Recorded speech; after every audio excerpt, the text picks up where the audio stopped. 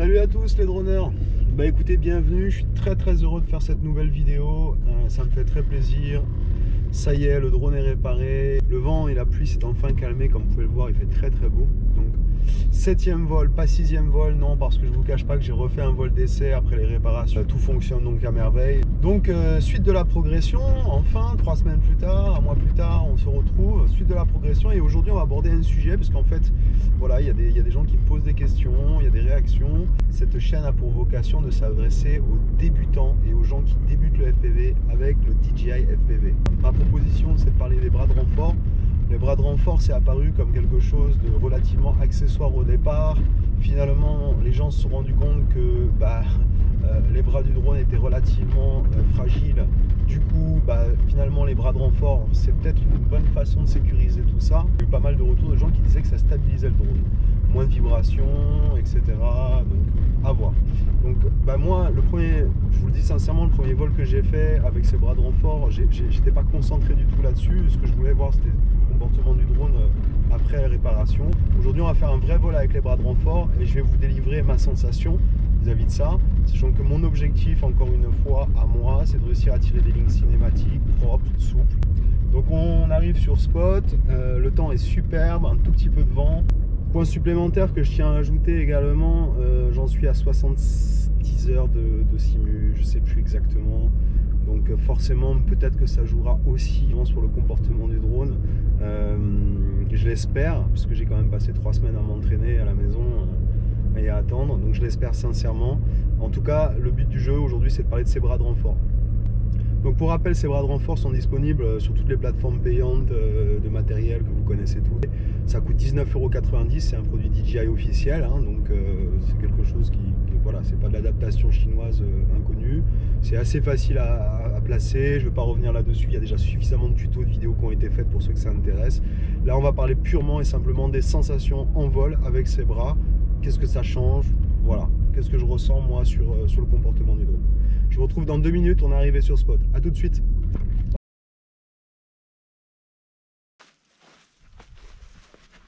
Donc c'est parti pour le vol, on attaque. Le drone est en place. Alors bon, juste vous dire, je fais mon démarrage en mode manuel maintenant. Je sais pas, je fais toujours mon atterrissage en mode automatique. Je trouve que c'est beaucoup plus confortable, enfin en mode normal ou en mode sport, mais en mode normal. Par contre, je fais mes décollages en mode manuel. Je trouve ça plus cool. Voilà, juste pour l'anecdote. Allez, c'est parti, on attaque. Ok, tac. Tout est bon à ce niveau-là. Donc, j'ai 21 satellites, je pense qu'on est pas mal du tout. On bascule tout de suite en mode manuel. Le stick en bas, 2 coups, démarrage des moteurs. C'est parti.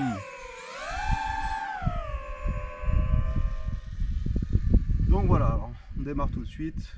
Alors tout de suite, je peux vous dire une chose, je le sens déjà très stable. Déjà, bon, il n'y a pas de vent aujourd'hui. On va tout de suite attaquer. Hop, premier virage. Oui, alors ça change effectivement. Déjà, immédiatement, je peux vous le dire. Le drone se balade vachement moins. Ça, c'est évident. Ok. Voilà. Quelques oiseaux, on va faire attention. Quelques attaques d'oiseaux des fois. Un peu... Bon bah voilà, hein. Alors franchement oui, on va tenter un premier virage un peu sec. Derrière les arbres, on va voir ce qui se passe. Mais a priori, ouais, ça change vraiment. Hein. Alors pour tout de suite, mon premier ressenti à chaud pour les gens au bout de 2 minutes de vol, ou hop, pour les gens qui se poseraient la question, oui, ça stabilise le drone fortement. Hein. Vraiment. Alors je fais attention parce que, comme vous le voyez, il y a pas mal d'oiseaux. Je me méfie un peu des corbeaux par expérience. C'est assez agressif sur les drones. On va faire un passage par là. Ouais, non, franchement. Alors vous voyez déjà, en ligne droite, j'ai l'impression que le drone est plus stable. Déjà, il se balade moins. Et puis alors, si on attaque un petit peu un virage, c'est clairement beaucoup plus précis. Clairement. Hein. Alors là, je suis unanime. Effectivement, par contre, on sent que le drone est plus lourd hein, et c'est moins réactif. Alors moi, ça me gêne pas trop. encore une fois. Pour le moment, je ne cherche pas à aller trop vite, hein. J'ai un angle de caméra qui est toujours le même. Faire quelques virages pour voir. Non, alors vous voyez, franchement, on va essayer un virage un peu sec sur la gauche. Impeccable. Alors, franchement, tout de suite là, à chaud, au bout de 2 minutes 20 de vol, je peux vous dire que c'est un accessoire qui me semble, pour moi, comme ça, à ce stade, indispensable. On va tenter de voler un peu plus bas pour voir comment le drone se comporte aussi à basse altitude et à basse vitesse.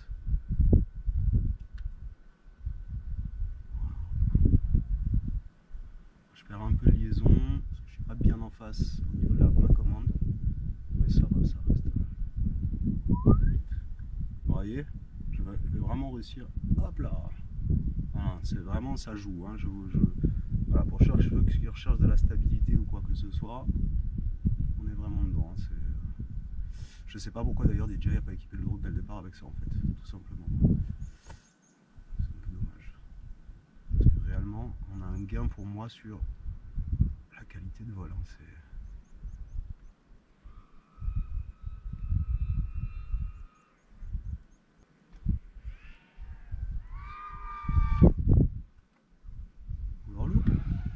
Bon, vous voyez, franchement, je ne sais pas si vous constatez par rapport à mes premières vidéos, mais on a quand même des vibrations en moins, hein. Je ne suis pas stabilisé dans le casque ou quoi que ce soit, c'est clair, hein. C'est beaucoup moins de vibrations, hein. C'est évident.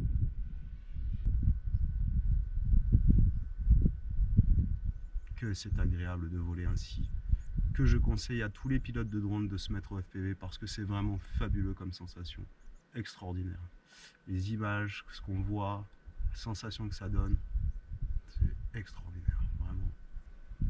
Bon, alors, vraiment, encore une fois, hein, je vais revenir dessus, mais on a un feeling avec ses bras. Moi, pour moi, c'est le jour et la nuit. Je ne fais pas des choses extrêmes avec mon drone, je cherche simplement à faire du cinématique. Allez, on va refaire un passage par là. Donc au niveau batterie, je suis à 60%. C'est 5 minutes d'enregistrement, hein, pour ceux qui se posent encore la question de combien de temps on tient. Bah oui, on tient. Alors je fais pas le bourrin, hein, encore une fois, hein. On tient. Putain, je vois tout, hein. S'il y avait un sanglier là, je peux vous dire que je le vois. Ça tient très très bien. Ça tient très très bien. Y a pas de souci. Sur la durée de vol, c'est fabuleux. Ça fait partie des points. Vous voyez que moi, clairement, hop. Voilà, j'avais un petit message qui me disait que j'étais en zone risquée, ce qui est très bien d'ailleurs pour vous rappeler pour les non professionnels qu'il faut toujours vérifier où vous volez avant d'aller voler. Moi je suis dans une zone Voltac, hein, donc j'ai la possibilité d'avoir des hélicoptères de combat à tout moment qui surgissent à basse altitude. Donc là, la règle c'est voir et éviter. C'est pour ça aussi que j'évite de monter trop en altitude. Hop.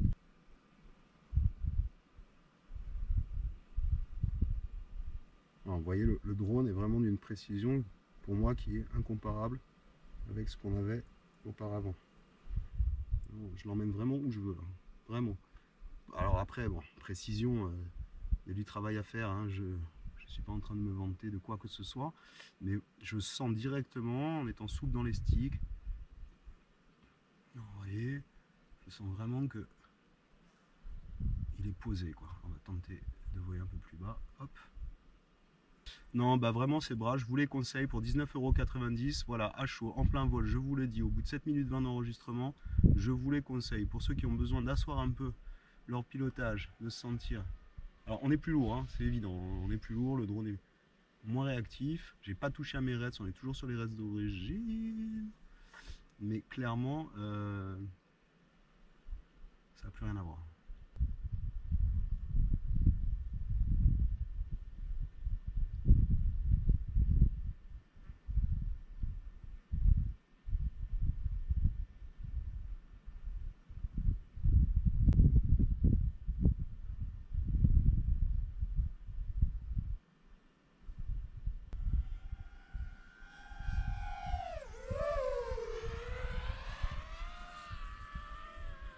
Ça permet quand même de conserver un horizon bien droit, vous voyez ce que je veux dire, de rester propre.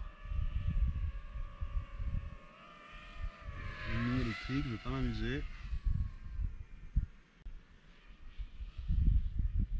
J'ai 35% de batterie, 8 minutes 42 d'enregistrement.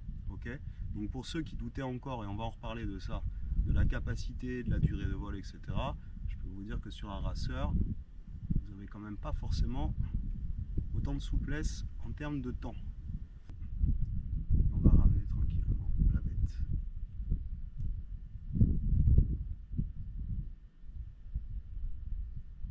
Hop, on va passer le câble. Je vous le dis, ça fonctionne. J'ai plus envie de m'arrêter, il me reste 27%. C'est vraiment...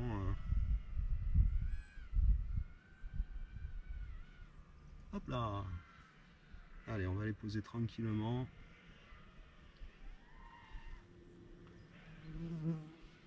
Et on est bon. Et la HD, c'est magnifique. On voit les câbles, on voit tout. Évitez de bouffer de l'herbe, hein, les gars.